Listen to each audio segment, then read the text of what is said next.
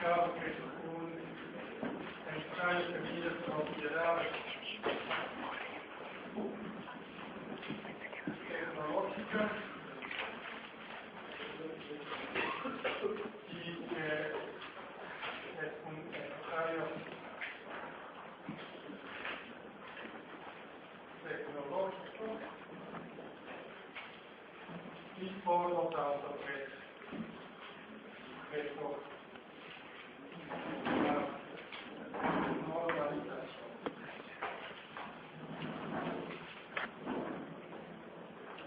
E insisto que básicamente no importa qué ensayo vayan a hacer, en realidad es responsable de un futuro ingeniero y más un ingeniero ya en la práctica profesional de garantizar que tenga el documento de la norma a mano, que lo haya leído y que mejor que todo que lo haya comprendido.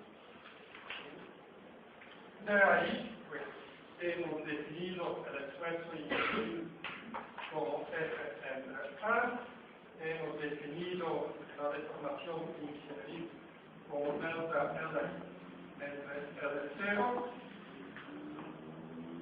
hemos indicado claramente que lo que se impone en el ensayo es un desplazamiento de las mordatas del equipo, y estos mordatas, este desplazamiento equipado al cambio de longitud de la cometa, y lo que ya mencionamos brevemente es la existencia de dos tipos de curvas, una típica para los materiales ferrosos,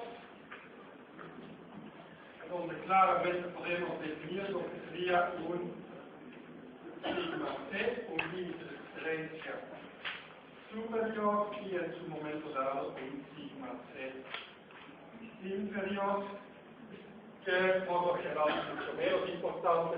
El límite de excelencia es el superior, pero por ejemplo para entender las propiedades de fatiga, los aceros en ocasiones se toma en cuenta el límite de excelencia inferior. Traté de explicar también dos conceptos muy importantes en esta curva. Si introducimos la probeta, el ensayo, vamos a encontrar, por ejemplo, si terminamos el ensayo aquí,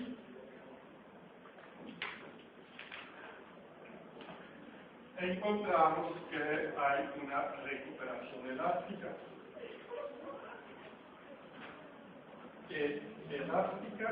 Y hay una deformación permanente, plástica o permanente. Pues, como les expliqué, la pendiente de la curva, tal como se mide directamente del desplazamiento de las mordatas, no nos da el módulo de Young, por la sencilla razón que la deformación del equipo es mucho mayor que la deformación elástica de la probeta. Realmente la deformación elástica de la probeta prácticamente no la podemos ver, y por lo anterior tampoco podemos determinarlo en un ensayo de tracción. La razón es muy sencilla, pues puede empezar a llorar y con mi ensayo no logra medir el módulo elástico. Nunca fue diseñado para medir un módulo elástico. Para medir un módulo elástico tenemos mediciones mucho más precisas a través de ultrasonido. Pues este ensayo fue diseñado para determinar las propiedades de un metal durante un proceso conformado, es decir, la zona plástica. Desde luego se puede calcular de manera muy sencilla. Vamos a tomar un ejemplo. Si el límite de excelencia es 200 megapascales, esto sería un valor típico para un acero a bajo carbono. Bueno, y vamos a ver aquí, yo me opongo fuertemente a la memorización, pero por el otro lado, y a lo largo de todas las clases que hayan tomado, se supone que un ingeniero mecánico se conozca algunas propiedades mecánicas, ¿sí? De cómo varía con el contenido de carbono, el límite de excelencia del acero, que conocemos un módulo de Young de aceros que seguramente lo han hecho 1001 veces en sus cursos de mecánica de sólidos, diseño de elementos de máquinas. Si hay que hacer un calculito, pronto entran los módulos de las variaciones muy comunes, que serían hierro, titanio, aluminio y cobre. Todos los demás, abrimos el internet, nos vamos a Wikipedia y checamos, todos los módulos elásticos están en la red. Les he dicho que propiedades mecánicas dependen muy fuertemente, límites de referencia, por ejemplo, depende muy fuertemente del proceso al cual ha sido sujeto el metal, y por lo tanto ahí siempre tenemos que irnos a tablas. Pero aquí común y corrientemente un acero a bajo carbono tendrá un límite de referencia de 200 megapascales y un módulo de ion de 200, bueno, voy a poner 220, 210 gigapascales. Esto nos permite calcular cuál sería la deformación de una probeta de tracción cuando llega al límite de referencia, porque si estamos en el límite de referencia, justo al llegar aquí todavía estoy en el rango elástico. Pasando ya no, pero llegando al límite de referencia, estoy en el rango elástico y por lo tanto, E será igual a sigma entre E. O es decir, los 210 evidentemente. Los 10 entre los 10, esto se cancela, megapascales entre gigapascales, 0.1%. Y el cambio de longitud, si la probeta, si el cero es igual a 50 milímetros, el cambio de longitud será una milésima parte de 50 milímetros, no es decir, 50 micrómetros. Pues 50 micrómetros, ¿saben utilizar un Vernier? Así los que cuestan algo de dinero, ¿qué precisión tienen? Los baratitos están en 0.1 milímetros, los mejorcitos están en 50 micrómetros, y los verdaderos mejores van a estar tal vez en 5 micrómetros, pero ahí más bien nos vamos a otros equipos. Pues realmente este cambio está dentro del límite de precisión de un equipo de medición común y corriente. Pues se requiere de equipo bastante preciso. Los extensores, digo, uno solo cuesta alrededor de 200 pesos para poder medir en este rango con precisión la deformación. Son valores muy pequeños. Pues de tal manera que en realidad no podemos medir esto. Sin embargo, vamos a ver al final del segundo capítulo que de vez en cuando es muy importante esta pequeña diferencia. En ciertos procesos, en la gran mayoría de los procesos de manufactura, nadie se preocupa de la tracción elástica. Pero en un par de procesos muy importantes resulta que sí es crítica esta diferencia. Muy bien. Habíamos visto también que si volvemos a arrancar el proceso, y aquí vamos a volver a cargar la probeta, que prácticamente seguimos la misma curva, justo antes de llegar al punto de interrumpirnos, hay una pequeña desviación y seguimos sobre la curva original.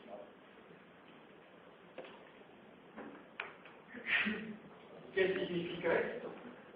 Al deformar el material, cambiamos el material y por lo tanto vamos a encontrar un límite de referencia del material deformado que es diferente, mayor al límite de referencia del material sin deformar. Y podemos decir, ¿no que esto es el límite de referencia? Sí, esto es el límite de referencia del material como lo sacamos del almacén. pero esto es el nuevo límite de diferencia del material deformado. Y esto es muy importante. Cuando tengo una lámina para extrapolado profundo para hacer una carrocería automotriz, esta lámina tal vez tiene un límite de diferencia de 180 megapascales. Cuando formo la parte y la empiezo a colocar en la carrocería mediante soldadura de punta, pues vamos a encontrar, si quiero modelar, por ejemplo, el impacto del mismo automóvil, no necesitamos meter los 180 megapascales, porque ya no es cierto, el material ha sido deformado y su resistencia es mayor. Algo que también vemos es que la cantidad de deformación que lo podemos aplicar después de deformar es menor, porque ya no comienza esta parte. Pero evidentemente cuando vamos a reportar en la tablita de control de calidad el límite de diferencia de esta, si queremos reportar todos los límites de diferencia a lo largo del proceso que tenemos que hacer, es muy sencillo, reproducimos la curva sobre la misma hoja y quien quiera saber más, pues se puede poner a medir. Hay otras maneras de hacerlo, mediante ecuaciones matemáticas, de esto vamos a hablar después. Hasta aquí hemos llegado. Pues quiero saber si hay dudas al respecto. ¿Perdón? ¿Qué es un ensayo tecnológico? Pues un ensayo tecnológico es un ensayo en el cual tratamos de medir propiedades tecnológicas de una manera pensada. Vamos a pensar, si uno quiere demostrar que existe el bosón de Higgs, pues pide a sus gobiernos unos 100.000 millones de dólares o euros, construye un túnel durante 20 años construyendo, diseñando, lo puede utilizar y en el primer ensayo lo truena. Trabaja, gastan otros 1.000 millones de dólares y pues para repararlo y finalmente encuentran algo que se parece a esto. Esto es una medición física. Queremos determinar una propiedad física muy importante para nuestras teorías y esta propiedad es exacta.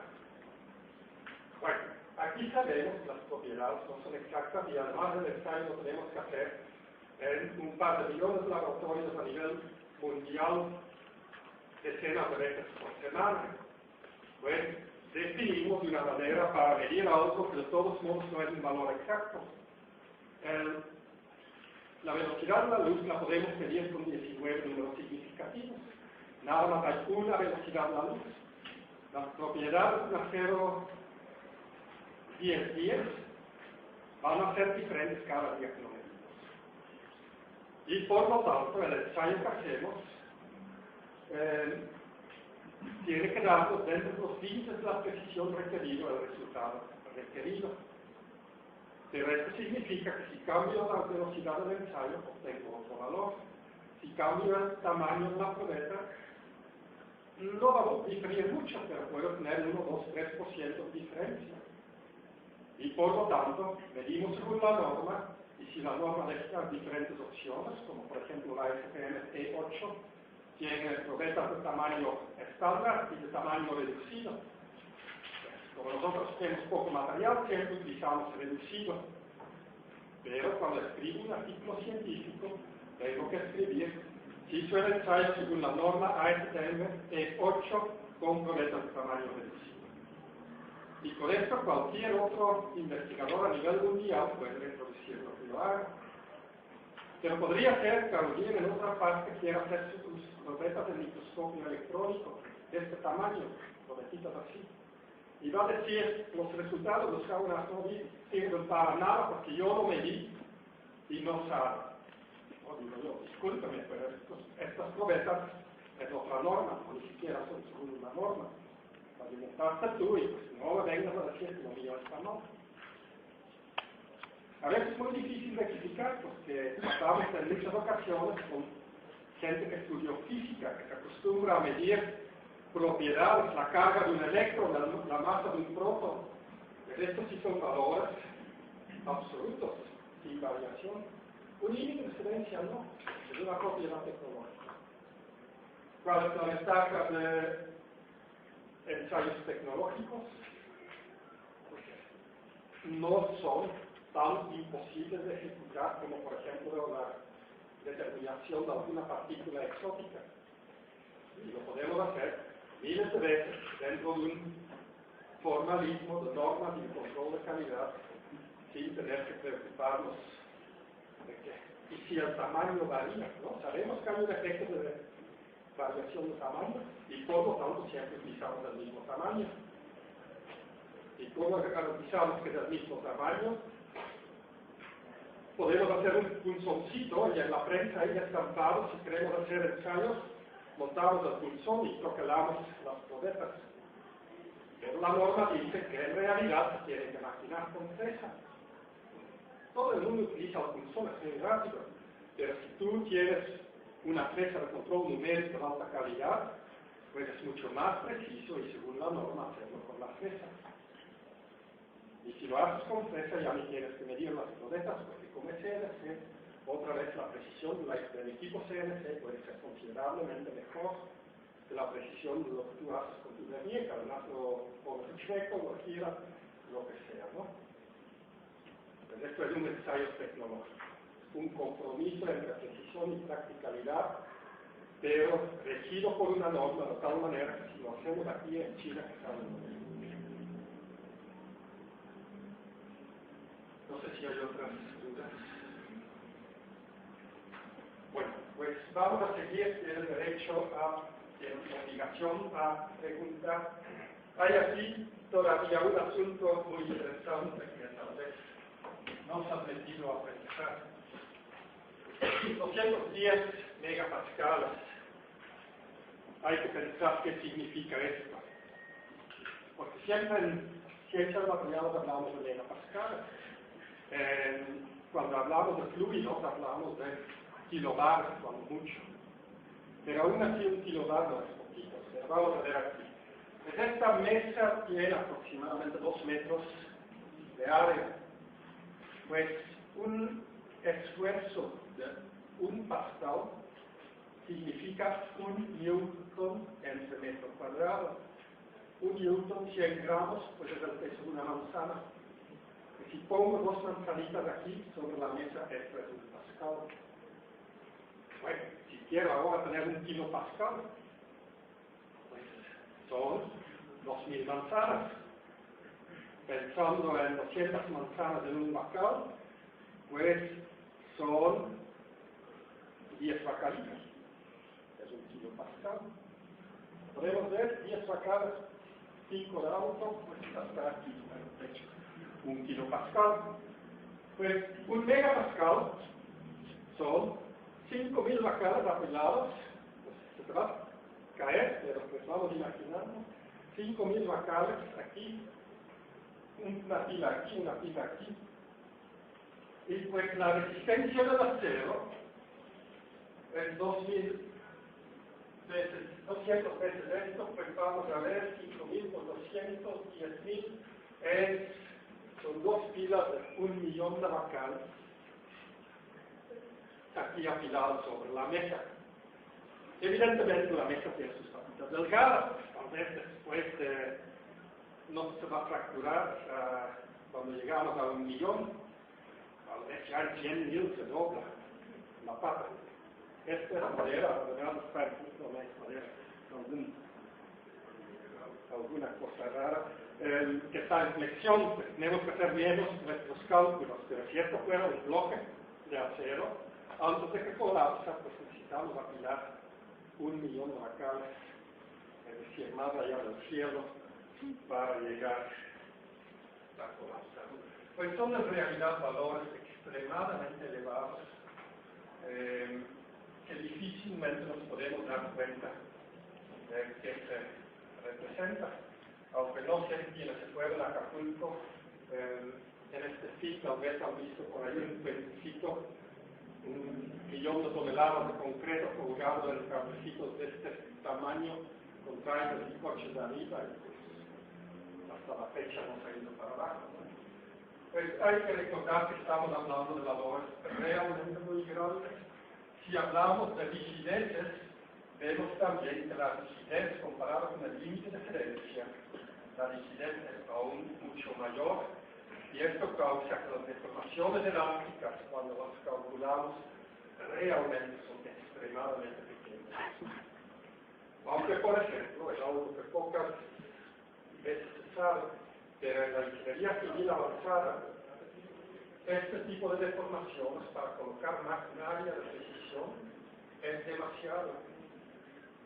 Y en este momento se ve que una máquina CNC, una prensa de estampado profundo, tiene un soclo especial de concreto de medio metro de espesor para evitar aún valores de deflexión tan pequeños, porque a nivel de la pieza terminada, este tipo de deformaciones es significativa en la reproducibilidad y la calidad de las piezas obtenidas.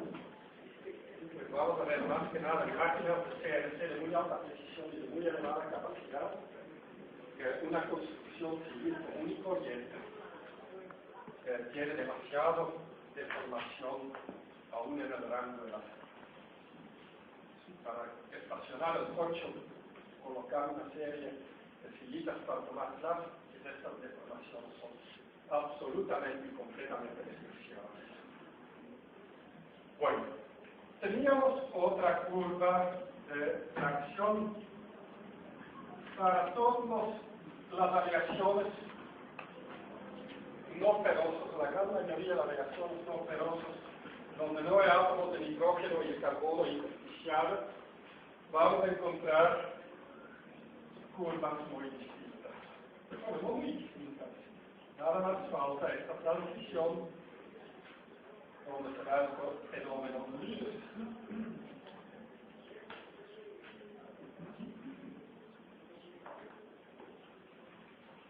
Ok.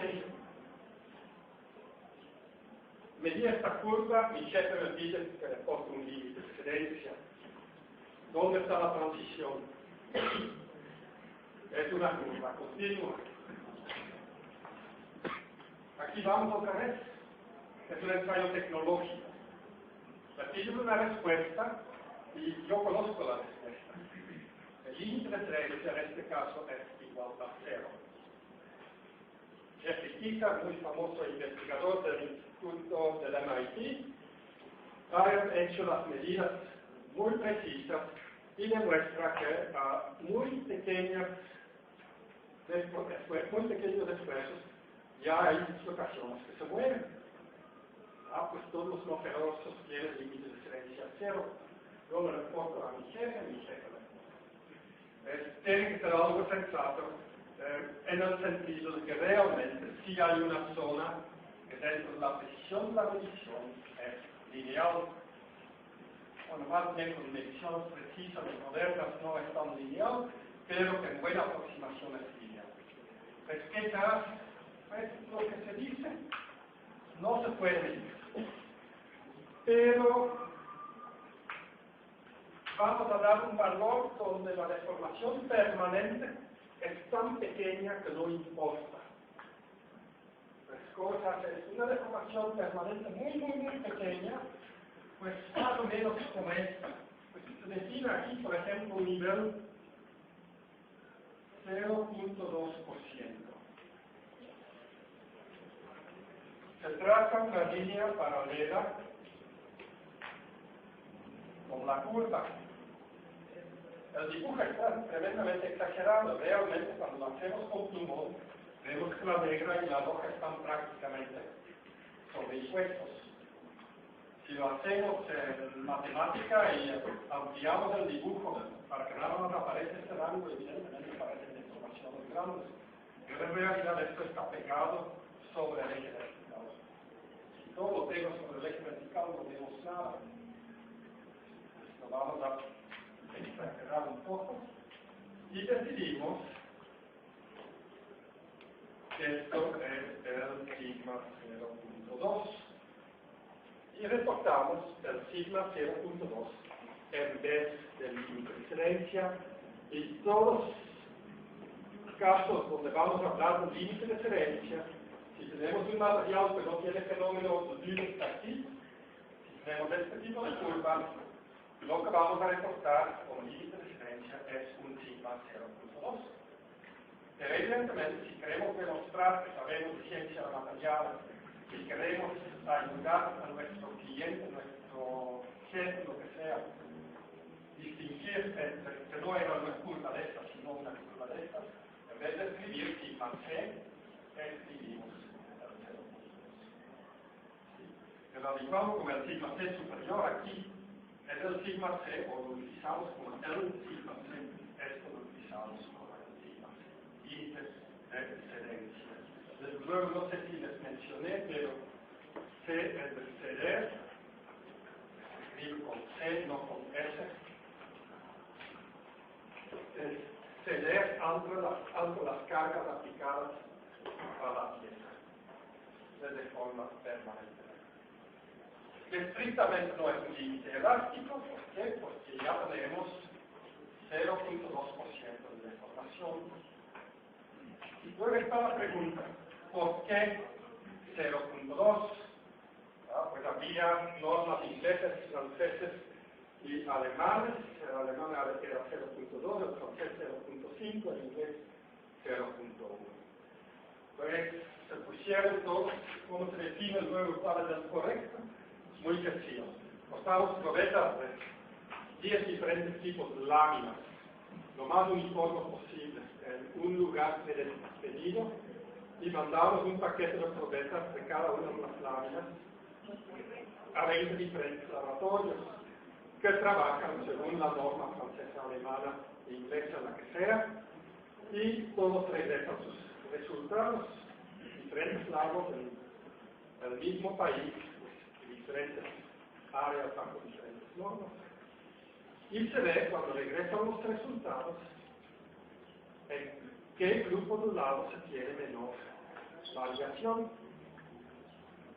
Y se concluye que los laboratorios con menor variación tienen la mejor práctica en la determinación de las propiedades. Y esta práctica se pone sobre papel, todos firman y esto es la norma. ¿Cuál es la razón? Si voy a enviar esta curva así, pues evidentemente esta curva va a ser muy gruesa, si está dibujada con plumón, y desde luego cuando yo hice el laboratorio todavía era un equipo donde teníamos una hojita de papel que corría y que había un plumón que graficaba esta curva. En el laboratorio, de verdad, para los alumnos de doctorado era otro rollo, ahí tenían ya equipos digitales, pero para la demostración a los alumnos de maestría, ¿no? Pues era con plumón y hoja. Pues, ¿qué hace? Esto es lo que imprime, pues, lo que grafica el equipo. Yo agarro mi lápiz y esto es lo que yo grafico. Pues la zona de incertidumbre a la intersección es esta. Y ahora trato de intersectar aquí la zona de incertidumbre crece. Y si voy para aquí, mi precisión aumenta, pero estoy más lejos del verdadero límite de excelencia. Pues hoy en día estos impedimentos ya no existen, y en alguna ocasión me puse a desarrollar paquetería para corrección de curvas de tracción, y resulta que hoy en día 0.05 es factible. Fácilmente podemos definir esto, y es un poquito menor que el 0.2. Si vamos más abajo de esto, pues es algo impreciso, ya no tenemos definición de lo que estamos haciendo. Pero pues la norma desde hace más de 50 años de 0.2, y no hay razón alguna, no es porque algún investigador en algún laboratorio en México demostró que se puede tomar menos, que hay que hacerlo, no tenemos por qué cambiar toda la práctica y ya hemos llegado durante, más de 50 años, 60 años, 100 años. Pues es un compromiso otra vez. Por un lado queremos estar lo más cerca del origen, pero por el otro lado queremos garantizar que la medición es reproducible. No vamos a tener variaciones locas sobre el valor obtenido. ¿Dudas al respecto de esto?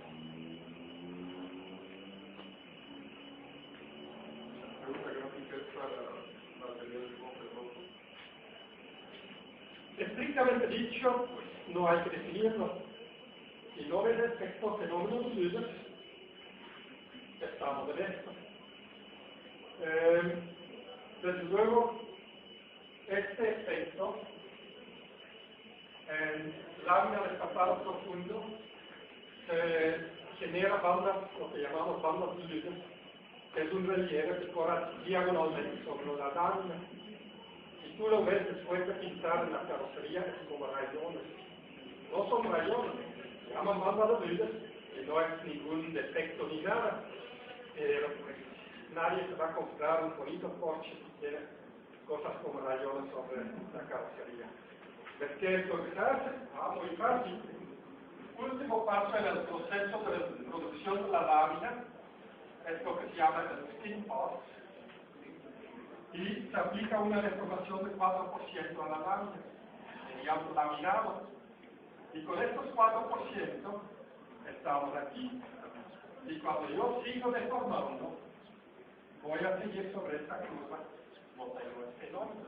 Es un material feroso, pero no tiene el fenómeno. Y hay ciertas aleaciones de aluminio, magnesio, que sí muestran el fenómeno. Pues, básicamente en la práctica, si vemos el fenómeno, pues ahí está. Y si no lo vemos, pues no está. Pero generalmente y tradicionalmente, esto es para los ferosos y esto es típico para los ferosos. Pero no es universal, hay excepciones. Y típicamente, si aquí se elimina, y esto a veces tiene connotaciones interesantes, si recogemos el material ligeramente, el fenómeno regresa. Y en alguna ocasión, en alguna planta automotriz, aquí tuvieron que rechazar lotes y lotes y lotes de acero que se habían almacenado bajo techo de acero. Brasil es un país caliente, y después de un par de meses a 50, 80, 60 grados, que era la temperatura del almacén, pues su fenómeno de libres había regresado. Pues, pero se puede manipular a favor, en contra, lo que sea, pero sí, en lo general, todos los cursos sobre tecnología de materiales decimos, esto es para feroces, esto es para feroces, pero no es absoluto. No sé si hay otras dudas. ¿Por qué no ideal llevar la curva o la recta a una deformación del no y no a... Pues es un compromiso, como digo. En los años 50 se empezó a normalizar a nivel europeo y encontraron que la norma alemana, que describía 0.2, es el mejor compromiso entre todos. En términos, por un lado queremos estar lo más cerca de la curva, lo más cerca de los otros, pero por el otro lado quiero tener una cierta precisión, pues es un compromiso.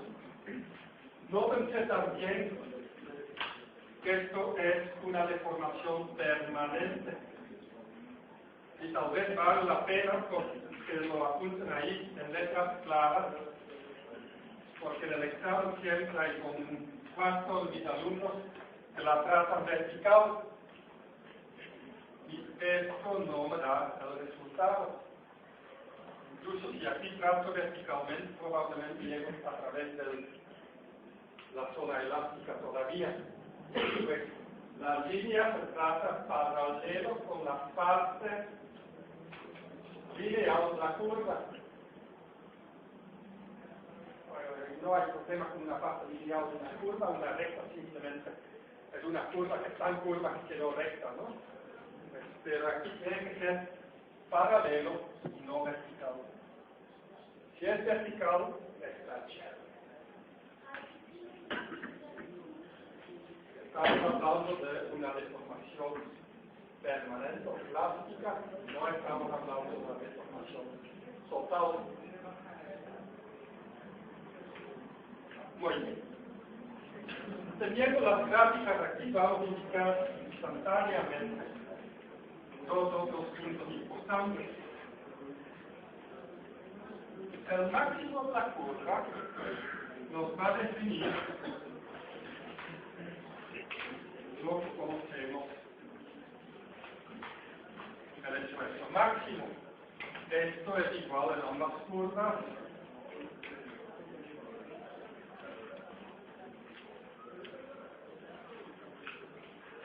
Ya nos da la oportunidad, tal vez en este curso, pero vamos a ver, tal vez nos da la oportunidad de calcularlo bien, pero luego ponía pequeños calculitos de diseño, un poquito más avanzado, a mis alumnos de ingeniería mecánica y les daba siempre dos valores. El límite de referencia del esfuerzo máximo. Ahora diseñame la barra que aguanta una cierta carga. Pues queda claro que el sigma max del material ya no aguanta más y se va a romper la pieza. Sin embargo, si yo quiero diseñar un eje de transmisión,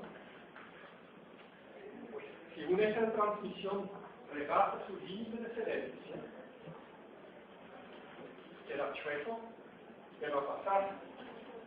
Genera vibración, se fueron todos los valeros, los engranajes, nos echamos la caja de velocidad y muy probablemente en uno de estos vemos como los microbuses que se quedan parados de un eje roto, pero será por fatiga. Una pieza en un mecanismo mecánico que rebasa su límite de excelencia, es decir, que está sujeto a una deformación permanente, está fallado. Tal vez el sistema no falla al instante, primero va a arrastrar, va a desgastarse, va a causar tal vez fatiga, pero el punto inicial donde empieza la falla es cuando rebasamos el límite de excelencia. No queremos deformaciones permanentes en un sistema mecánico. Y por lo tanto, me preguntó aquí en la clase anterior cuál es la resistencia del material. Depende cómo definimos la resistencia. Si dices que se tiene que romper a fuerza, la resistencia tal vez es el esfuerzo máximo. Pero es irrelevante. En un diseño mecánico no puede rebasarse el límite de excelencia y el hecho de que haya un límite máximo es irrelevante. Por el otro lado, si con algunos de sus compañeros hace muchos años que se fue a hacer la maestría en Alemania, que luego se puso a trabajar en EADS, la Asociación Europea de Aviación y Defensa, está diseñando aviones, tal vez algún día quiere diseñar una silla de eyección, pues esto tiene tornillos explosivos. Mediante una carga explosiva rompe los tornillos y eyecta la silla. Ahí evidentemente, como quiero a fuerza romper este bendito tornillo, como por ejemplo en la separación del tanque de combustible del transportador espacial mediante tornillos explosivos, ahí evidentemente esto no me sirve para nada, porque no voy a encontrar los dobletes que han pegado sobre el piloto. Ahí se queda. Pues ahí necesitamos diseñar por sigma max. Y desde luego en las tapas de caldera, siempre y cuando no están utilizados por PVC, evidentemente, pero se diseñan los tornillos que tapan la tapa de tal manera que rompen antes de que explota la caldera. Pues hay válvulas de seguridad que se abren antes de que se rompa la tapa. Pero estas válvulas pueden fallar. Si estas válvulas fallan, la tapa está diseñada que puede volar para arriba, el vapor se escapa para arriba, lo que cae sobre los obreros, nada más de gotitas de agua caliente. Y en este momento hay que diseñar con sigma max, porque la pieza se tiene a fuerzas que romper. Pero por los ejemplos que acabo de dar, les queda claro que el 95% de mis alumnos, tal vez el 99%, mis alumnos egresados jamás van a diseñar con este valor, con este. Ahora, hay otro asunto. Este valor da una primera impresión de qué tanto puede endurecer el material y un reporte sobre un ensayo de tracción nunca va a ser completa si no mencionamos el esfuerzo máximo. ¿Sí? Pero hay que recordar que el diseño mecánico generalmente no. más en lo general, no nunca lo he identificado, más que en un reporte de ensayo de tracción. Muy bien, esfuerzo máximo. En este punto se puede definir este valor. Este valor no es la deformación máxima. La deformación máxima es cuando la probeta finalmente se rompe. Esto es epsilon max. Esto es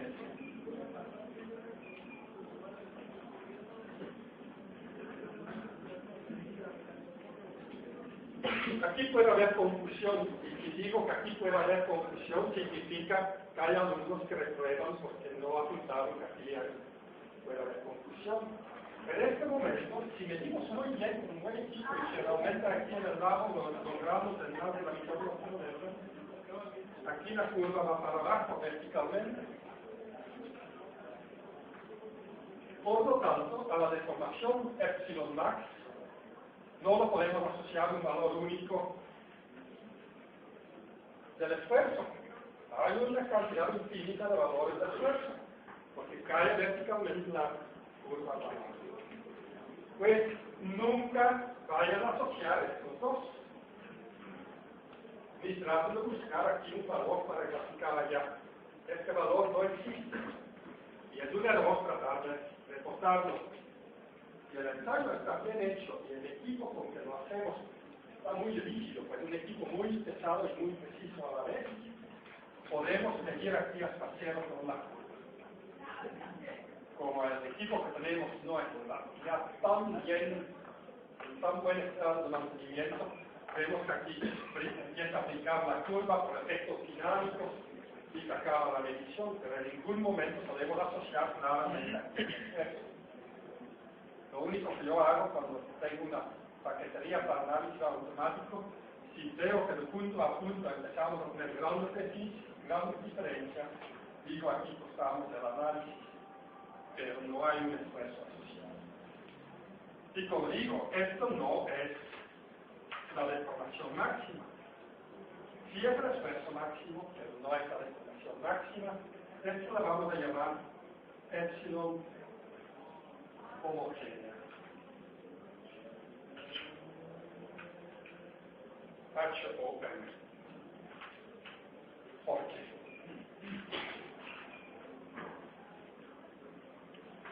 Si E es menor o igual a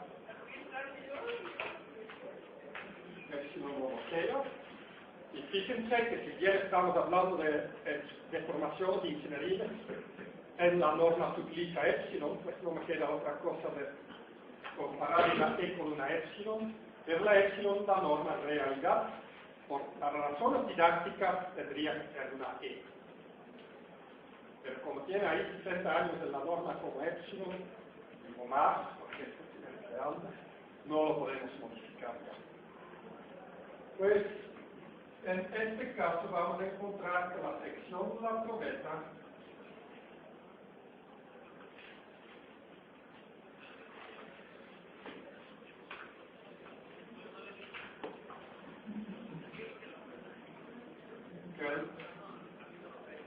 A es una constante.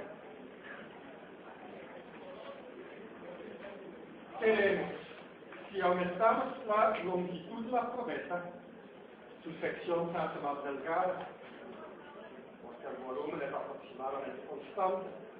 Como la sección se hace más delgada, aparentemente podemos exigir menos carga, porque aquí están las formulitas, S por A es F. Es decir, aparentemente la probeta se debería hacer más débil, pero esto no es el caso, porque tengo el endurecimiento por trabajo en frío.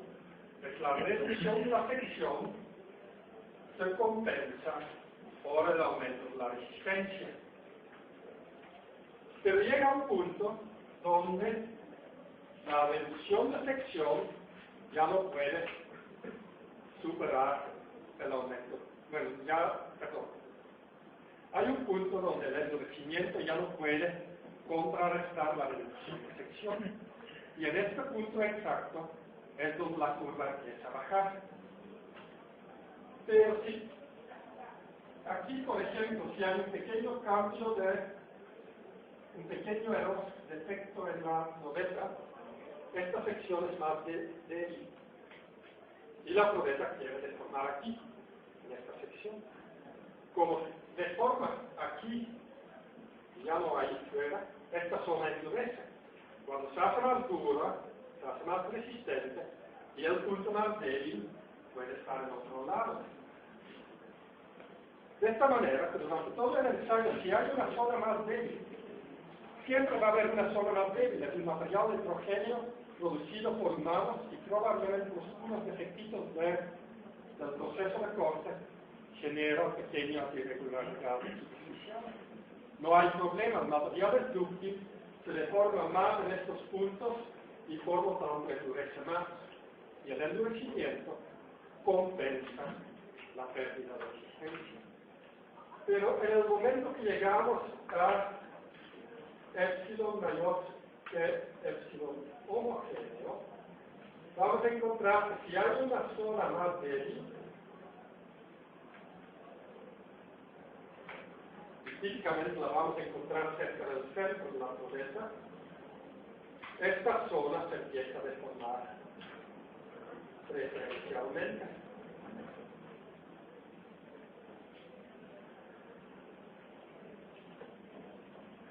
Y como esta zona ahora está más delgada, y como el endurecimiento ya no logra compensar la pérdida de sección, todo lo demás de la probeta se queda exenta de deformación y la parte más delgada se hace más delgada hasta llegar al proceso de fractura.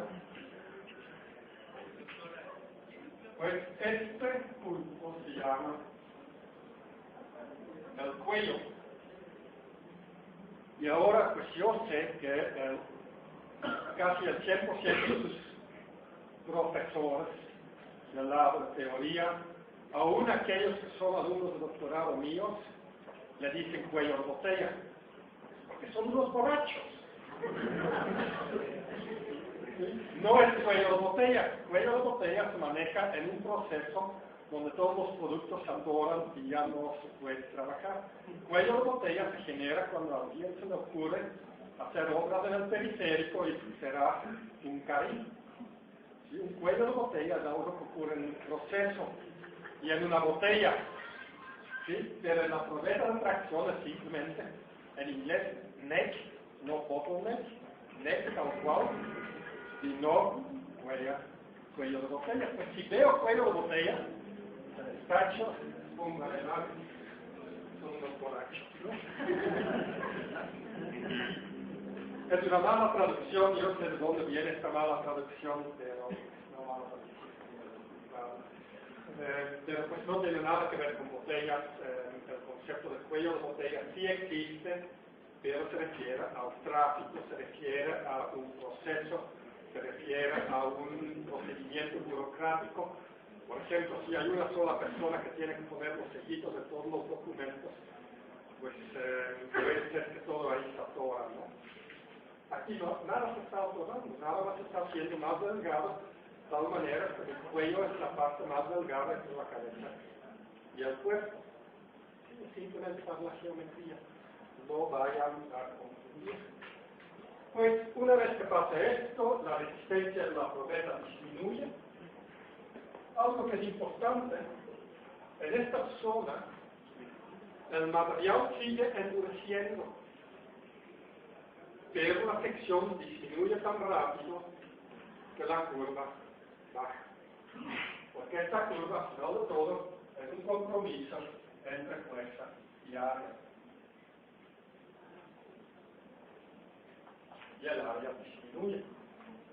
Pues, por lo tanto, la deformación homogénea es el inicio de la falla y la deformación homogénea en muchas ocasiones es mucho más importante de la deformación máxima. típicamente en un proceso conformado, no en todos, pero en muchos procesos conformados, y llegamos a este punto,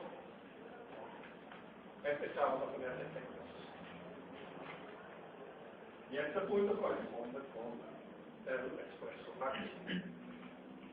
Y pues no vayan a hacer el error de asociar estos dos.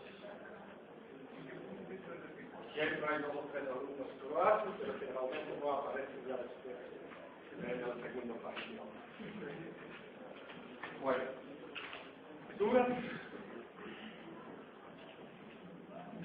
Ahora les quiero hablar 3 minutos de semántica. A veces les pregunto cuáles son los parámetros que podemos sacar de un ensayo de fracción. Y dicen mis alumnos, la deformación ingenieril. No, esto no es un parámetro, es una variable.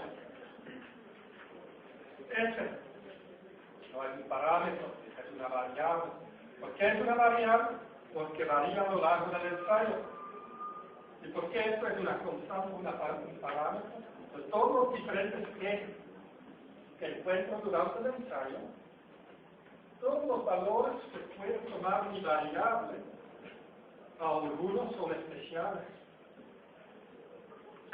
Sí, cualquiera aquí también es especial, pero no podemos darle un nombre a todos. Pues los parámetros o los constantes del material, las propiedades, son valores únicos.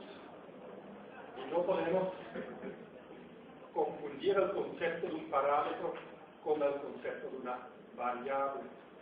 Y desde luego, el hecho de que imponemos E y que medimos S causa que para este problema E es la variable independiente. Esta se mueve, según yo digo, y S es la variable dependiente. Porque para cada valor de E hay un valor de S.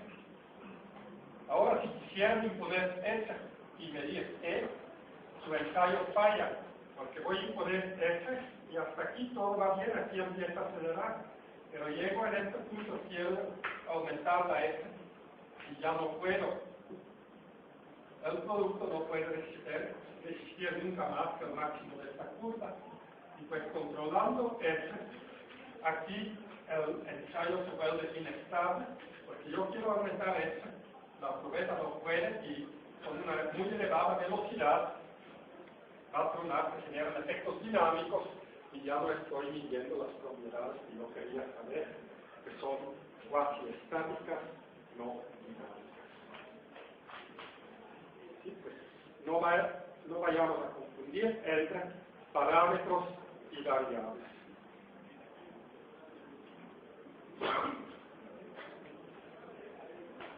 Hay otros parámetros que podemos obtener de este ensayo, algunos muy importantes, otros para los que necesitamos definir otros variables. Tomando nada más un ejemplo de posibles curvas que podemos medir, por ejemplo, en el caso general, que no tiene el fenómeno de Miller,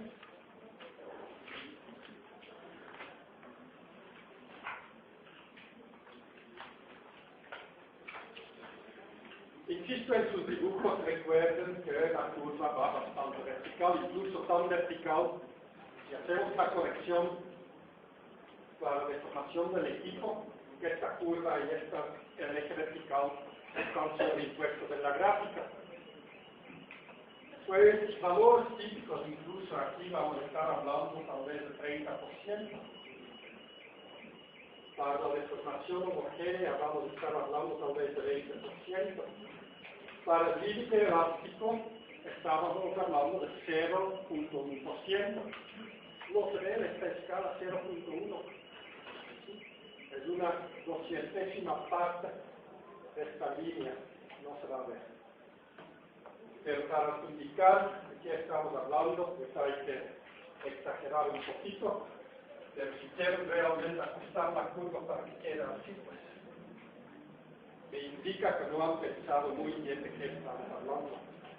Y lo que quiero antes que nada es que piensan sobre los asuntos, que me demuestran que piensan, y con esto nos podemos olvidar algún otro detallito que tal vez olvidamos. Pues vamos a definir aquí el sigma 0.2.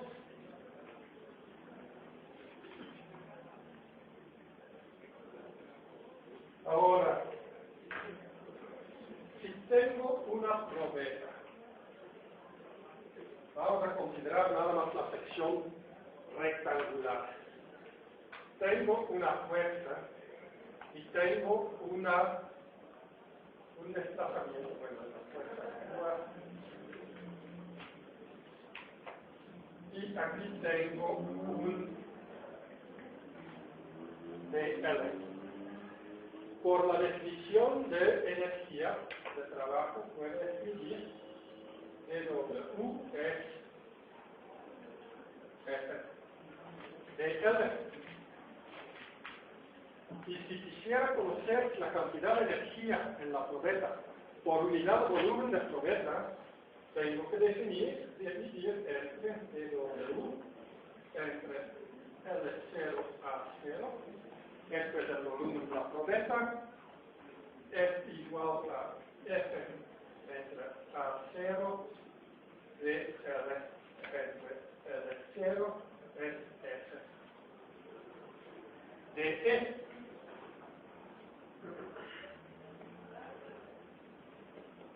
Y por lo tanto, si quiero conocer la energía requerida para deformar un metro cúbico de metal hasta el 20%, punto 2, pues, ¿cómo la puedo calcular? Pues, el trabajo dividido entre el área es la integral de 0 al valor que quiero calcular a epsilon de f de e. Pero este es el área por debajo de la curva. La integral de una función con respecto a la variable independiente es el área. Y por lo tanto podemos definir aquí dos áreas que van a ser importantes tecnológicamente. La primera área es esta. Pero tiene que ser el área bajo la curva, pues aquí sí es vertical, no es inclinado. Bueno, quiero calcular el área bajo la curva. No quiero calcular el sigma 0.2, pero desde luego ya lo calculé. Esta área es, lo vamos a llamar la R de resiliencia. ¿Qué tan resiliente es el producto? R es la integral de 0 a epsilon, vamos a llamarle epsilon diferencia. Es la deformación que tenemos cuando el material va a ceder, se está deformando plásticamente. Cualquier deformación que es menor de esto se recupera al 100%, cualquier deformación mayor de esto ya no se recupera. Es igual de S de E. Pero estoy en el rango elástico, pues F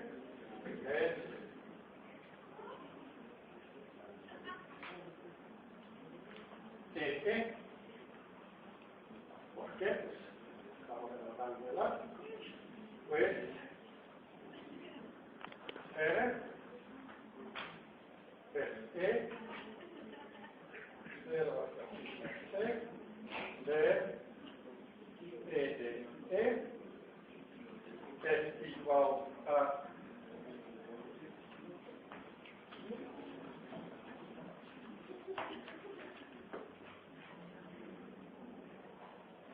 E cuadrado